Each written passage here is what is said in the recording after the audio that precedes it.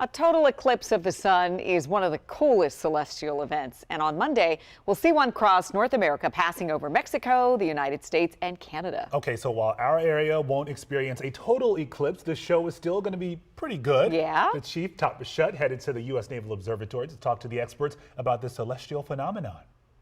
We're at the Naval Observatory, Northwest D.C. Why? April 8th, big day. Partial solar eclipse in the DMV. I don't know about you, but I have a lot of questions. Let's go ask Geoff Chester. He's the public affairs officer here at the observatory. So these are some old books here, dating back to the 15th, 16th century. When and who knew that we had eclipses? Well, the ancients knew that we had eclipses. There is some evidence that the people that built Stonehenge built it as a very primitive eclipse computer. So, in a broad sense, why do we have eclipses? Well, we happen to live on a planet that has a large moon that goes around it. And that moon is, relative to the Earth, it's fairly big. But the unique thing about ours is that the moon is about 400 times smaller than the sun, but the sun is 400 times further away than the moon. So we have this really unique situation where the apparent diameters of the moon and the sun are very nearly identical. And with these distances and dimensions, when the moon passes in front of the sun, it'll block all of the sun's visible surface. The sky will turn to twilight as the moon temporarily completely darkens and shades some parts of the Earth. And most spectacularly, we can see the sun's outer atmosphere, the corona. And that's this pearly glow that you'll see diffusing away from the sun. Geoff says some of the other phenomena you can see during a total eclipse include Bailey's beads effect and the diamond ring effect. While we won't see these effects in our area because we'll have a partial eclipse, you won't be disappointed as long as the skies are clear.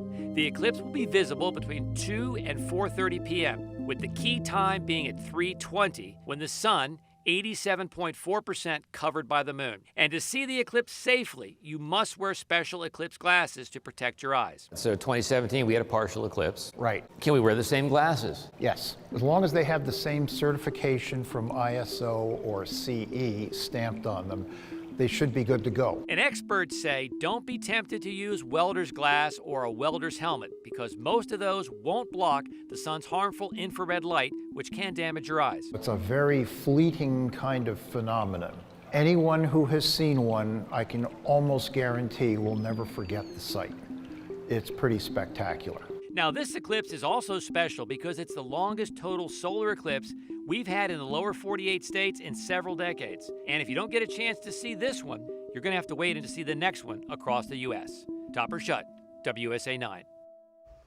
That is cool. Now, how long do they last again? So when we go out there, we're watching for it. How Yeah. long is the show, if you will? It varies. So for us, since we're not under totality, it's a little bit of a longer process. It starts right around 2:04. We're halfway there at 2:45. But then really when you want to be outside to see that maximum partial eclipse that we'll get, where nearly 90% of the sun is blocked, that's right around 3:20 in the afternoon. Okay. This is interesting because we'll be looking right with our glasses, but like, how do you do that and take a picture at the same time? Do you just literally hold your phone up to the sky and hope you capture something? I think so, although I will say I bought super cheap on Amazon a filter. You can put a specific filter over your camera's lens that apparently takes better pictures. Okay. You're going to send us that link? I was going to say, filter I got you guys. on Amazon. I need to go, and you can practice. I need to practice maybe Okay. tomorrow when the sunshine is out, because it's such a fleeting moment, and you want to try and capture it. But everyone I've talked to who photographs events like this says, forget the camera, just look at it. It really is that memorable. Wow. Be present. Okay. Yeah. Sounds Another fantastic. phenomenon, right? Can't wait. Okay, thank you, Caitlin. And by the way, we're excited, as you can tell, for the eclipse on Monday. And you know who has you covered?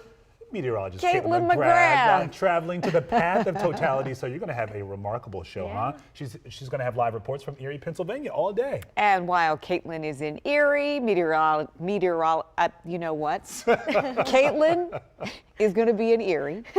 Meteorologist Michaela Lucero will be on the National Mall at one of several eclipse viewing parties in the area. Now we said it.